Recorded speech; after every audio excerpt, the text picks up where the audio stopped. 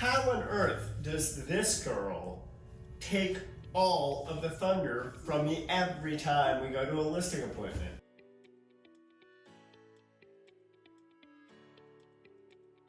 So I'm sitting here with Ahsley Sidey. Siri likes to call her Sidey, but it is Sidey. And anyway, Ahsley and I have now gone to a number of listing appointments, and it is amazing to me. I've been doing this for 20 years. My name is on the business. Yet when we leave appointments, they call Ahsley every time.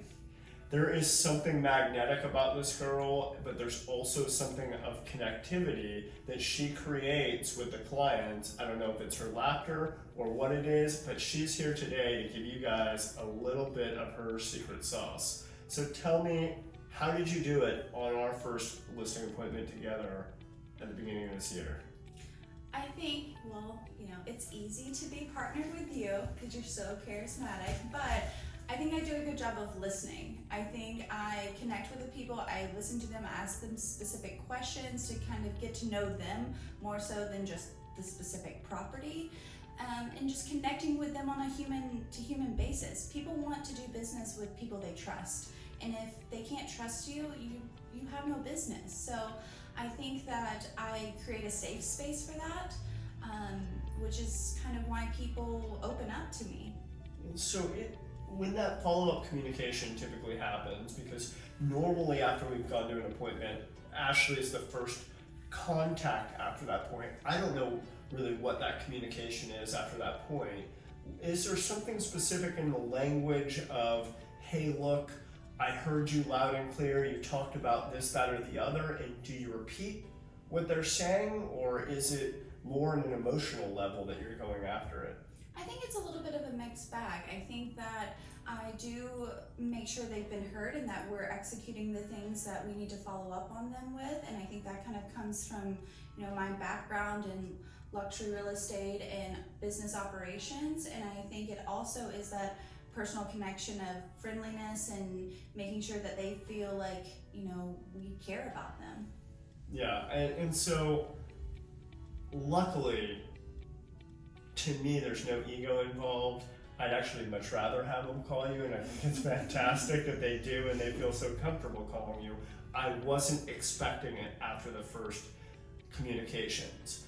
But given that, she's been able to take these things and then also build enough trust. The client's not reaching out to me and asking me questions about things. How frequently are you communicating with a client in order for them to really feel like you're on top of it and that you're communicating in an effective manner with them?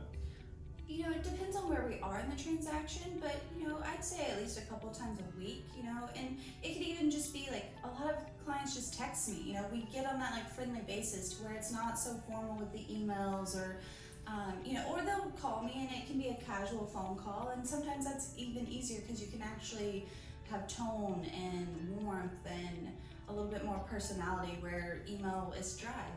Is there any time where you go, oh my God, I better lean back into the team, or I better lean back into Ben for support, and where you really know that maybe this is a good thing that you should be passing off and leaning on the team, project management, maybe it's staging. I mean, when you start getting out of your comfort zone, when do you go, I'm passing that off?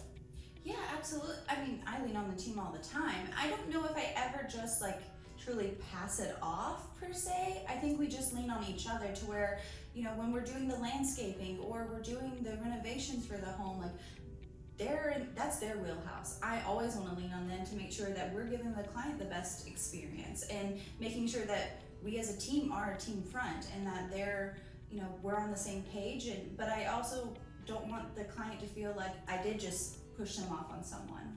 Yeah, and if you guys Google what is the #1 reason a real estate agent is fired, do you know it? No, I don't actually. Lack of communication. And what I watch with you is borderline over communication, where the client is never really feeling like they're completely out of touch. I think when they feel like they're out of touch and they wonder what's really happening, and I think that level of transparency is what builds that trust, right? Even if it's something rough and they don't want to hear it, we're communicating. And that's really where they're going to go deep into, I'm going to lean on you, you're really a trusted advisor. And I have been able to experience this with Ahsley. I can tell you, if you're an agent in the business, if you want to build trust with your client, communicate positive and negative. Negative, try to do it in a positive light.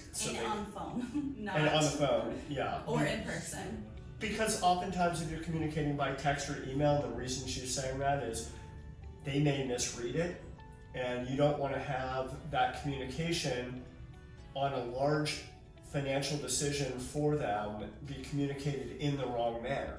So it's really, really important that that communication is said with the right tonality, and that they really understand where you're coming from, but that you're communicating to them what's happening good and what's happening not so good, and you're just staying on top of things. When they think you're dropping the ball, it's the worst. I mean, you're losing a client. I mean, you might sell the house, but you're not going to get any other business from them. They're not going to come back to you, and that actually, that's a terrible experience for everyone. I mean, I think that's ultimately where the passion comes from, is I want to help people have a good experience. Like, this is a customer experience, and if they feel like, selling houses is the easiest thing they've ever done, like, I've done a job well done.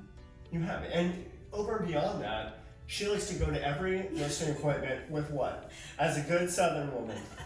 Yeah, it's always food, for sure. I can't show up to a house without anything. It's poor manners. It's true. So every time she shows up, and it's the laws of reciprocity, you give something to somebody, they're going to most likely give something back. So she brings, what are the things that you brought in recently? I do a custom charcuterie board. Sometimes it's just little chocolates, depending on what the house is or the people and their vibe. I try to customize it to their liking. So, or what I think they'll like. That's hospitality. That's also giving and getting something back in return. And it's been such a pleasure having you on the team.